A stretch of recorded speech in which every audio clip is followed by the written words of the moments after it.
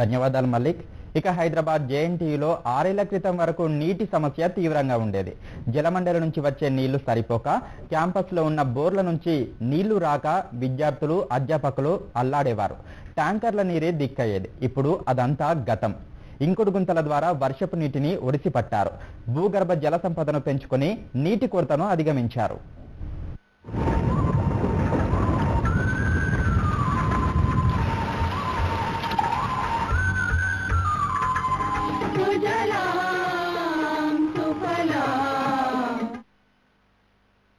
హైదరాబాద్ కుకట్పల్లిలోని జవహర్లాల్ నెహ్రూ సాంకేతిక విశ్వవిద్యాలయం 100 ఎకరాల విస్తీర్ణంలోని సువిశాల క్యాంపస్ లో వేలాది మంది విద్యనభ్యసిస్తున్నారు.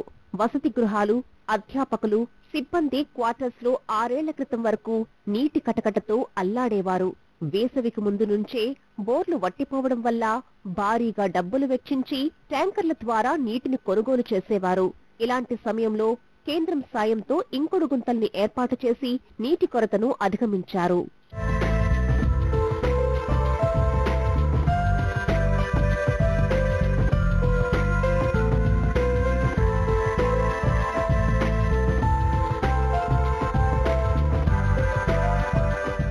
JNTU ప్రాంగణంలో 2010 సంవత్సరంలో వినూత్న పద్ధతిలో ఇంకుడు గుంతల నిర్మాణం చేపట్టారు. 100 ఎకరాల స్థలంలో 50 ఎకరాలను పైలట్ ప్రాజెక్టుగా చేపట్టారు. 2012 జనవరిలో నిర్మాణాలు పూర్తి చేశారు. 1 ఎకరం విస్తీర్ణంలో సుమారు 40 నుంచి 50 లక్షల లీటర్ల నీళ్లు పడతాయని అంచనా. ఈ నీటిని కాలువల ద్వారా ఇంకుడు గుంతల్లోకి పంపిస్తున్నారు. మొత్తం 12 ఇంకుడు గుంతలు నిర్మించగా వాటిలో 6 ఇంకుడు గుంతల్లోకి కేవలం భవనాల మీద పడి నీరు వచ్చేలా ఏర్పాటు చేశారు.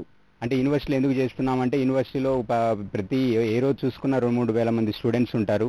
వీళ్ళందరూ ఇవన్నీ చూస్తున్నారు డెమాన్స్ట్రేషన్గా. ఇవి నేర్చుకొని టెక్నాలజీని రూరల్ ప్లేసెస్ కూడా అంటే విలేజెస్ కూడా తీసుకెళ్తారనే ఉద్దేశంతో గవర్నమెంట్ ఇక్కడ డెమాన్స్ట్రేటివ్ ప్రాజెక్ట్ చేసింది. లాస్ట్ 5 సంవత్సరాల నుంచి ఇది సక్సెస్ఫుల్గా నడుస్తుంది. ప్రతి సంవత్సరం మేము 3 కోట్ల లీటర్లు భూమిలోకి పంపిస్తున్నాము. ఇంతకుముందు 3 కోట్ల లీటర్ల నీళ్లు కూడా రోడ్ల మీద పడి డ్రైన్లో కలిసిపోయి రైతు బజార్ దగ్గర ఫ్లడ్ అయిపోయేది. ఇప్పుడు ఆ ఫ్లడ్డింగ్ కూడా లేకుండా అయిపోయింది. అంటే రోడ్డు మీద వాళ్ళు నీళ్లు నిలవడం కూడా తగ్గిపోయింది. ఎందుకంటే మేము అన్ని భూమిలోకి పంపిస్తున్నాం. ఇంకుడు గుంతలు తవ్వాక అక్కడే గొట్టపు బావులు తవ్వి ప్లాస్టిక్ పైపులు ఏర్పాటు చేశారు. వాటికి రంధ్రాలు చేసి వాటి గుండా నీళ్లు లోపటికి ఇంకేలా చేశారు. అంతేకాకుండా ఇంకుడు గుంతల నుంచి లోపటి చెత్తా చెదారం, దుమ్ము ధూళి వెళ్లకుండా ప్రత్యేక టార్పలిన్ కవర్ను కప్పి ఉంచారు. ఫస్ట్ ట్రెడిషనల్ గా మనకు 3 లేయర్ మెకానిజం అంటారు, 3 లేయర్ మెకానిజం. ఇప్పుడు మేము 4 లేయర్ మెకానిజం చేసాము. అంటే ఇసుక మీద ఒకటి మెంబ్రెయిన్ వేస్తున్నాము. దాన్ని జియో టెక్స్టైల్ అంటారు. ఈ జియో టెక్స్టైల్ షీట్ లాగా ఉంటుంది చూడడానికి, కానీ దానికి 125 మైక్రాన్ సైజ్ ఉంటుంది. సైజ్ హోల్స్ ఉంటాయి. సో అంటే ఇది ఒక జల్లెడ లాంటిది. సో ఎంత సున్నితమైన జల్లెడ అంటే మీకు 125 మైక్రాన్ సైజ్ కన్నా తక్కువ ఉన్నది మాత్రమే నీళ్లు లోపలికి వెళ్తాయి. ఏ మాత్రం ఫైన్ డస్ట్ ఉన్నా కూడా సన్నని మట్టి పదార్థాలు కూడా నేల మీద ఈ షీట్ మీద ఆగిపోతాయి. సో దీన్ని వేయడం వల్ల ఏమవుతుందంటే రెయిన్ వాటర్ హార్వెస్టింగ్ సిస్టమ్స్ లో మెయింటెనెన్స్ ఈజీ అయిపోతుంది. I can say it is a zero maintenance rain water harvesting. మన ప్రాంతం దక్కన్ పీఠభూముల్లో ఉంది కాబట్టి భూమిలో కఠిన రాళ్లు ఉండడం వల్ల నీళ్లు లోపటికి ఇంకడం సాధ్యపడదు. అందుకే JNTUలో నీటిని లోపటికి పంపేందుకు గొట్టపు బావులు తవ్వారు.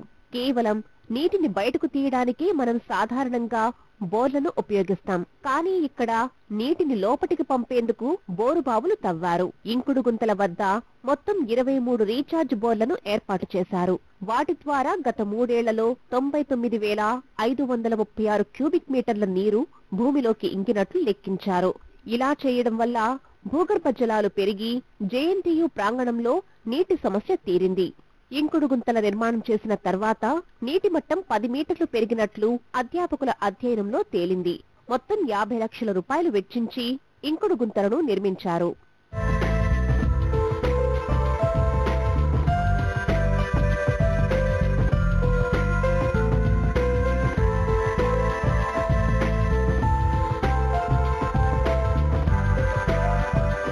JNTU మంజీర వసతి గృహం వద్ద 2 లక్షల లీటర్ల సామర్థ్యంతో ట్యాంకును నిర్మించారు. వర్షాకాలంలో పడే నీరు నేరుగా ఆ ట్యాంకులో చేరే విధంగా పైపు లైన్ ఏర్పాటు చేసి వచ్చిన నీటిని విద్యార్థులు ఉపయోగించుకునే విధంగా చేశారు. వర్షాకాలంలో ట్యాంకు నుంచి వచ్చే నీటితోనే విద్యార్థుల నీటి అవసరాలు తీరిపోతున్నాయి. ఇదివరకు నీటిలో ఫ్లోరైడ్ శాతం 2 ppm ఉండగా ప్రస్తుతం 1.5 శాతానికి తగ్గిపోయింది. అంతేకాకుండా సోడియం, పొటాషియం, మెగ్నీషియం తగ్గిపోయింది. ఇక్కడ ఇంతకు ముందు కొంచెం ఫ్లోరైడ్ కంటెంట్ ఎక్కువ అనిపించేది. ఇప్పుడు రీఛార్జ్ చేయడం వల్ల గ్రౌండ్ వాటర్ దాని ఫ్లోరైడ్ కంటెంట్ తగ్గింది. అది కాకుండా ఇంతకు ముందు కొన్ని సమ్మర్ రాగానే కొంచెం ఎండిపోవడం స్టార్ట్ అయ్యేది. ఇప్పుడు ఆ రీఛార్జ్ స్ట్రక్చర్స్ మేము ఎస్టాబ్లిష్ చేసినప్పటి నుంచి కొంచెం అంటే గ్రౌండ్ వాటర్ పెరిగింది. బోర్స్ కూడా ఎండిపోకుండా మాకు సమ్మర్ లో కూడా వాటర్ అవైలబుల్ లో ఉంటుంది. ఈ రీఛార్జ్ వల్ల వాటర్ లెవెల్స్ చాలా ఇంక్రీజ్ అయింది. అండ్ లాస్ట్ ఇయర్ కూడా మనకి రెయిన్ఫాల్ బాగా వర్షాలు పడ్డాయి. So due to that also ground water చాలా ఇంక్రీజ్ అయింది అనమాట. ఈ రెయిన్ వాటర్ హార్వెస్టింగ్ స్ట్రక్చర్స్ కట్టడానికి పెద్ద మొత్తంలో ఇన్వెస్ట్మెంట్ చేయాల్సిన అవసరం లేదు, కానీ మనకి వచ్చే ఉపయోగాలు చాలా ఉన్నాయి. మనకి పచ్చదనం కూడా పెరుగుతుంది. దీనివల్ల గ్రౌండ్ లో వాటర్ లెవెల్ పెరిగి పచ్చదనం పెరుగుతుంది. దానివల్ల మళ్ళీ వర్షాలు ఎక్కువ అవుతాయి. సో ఇది చాలా ఉపయోగపడే విషయము.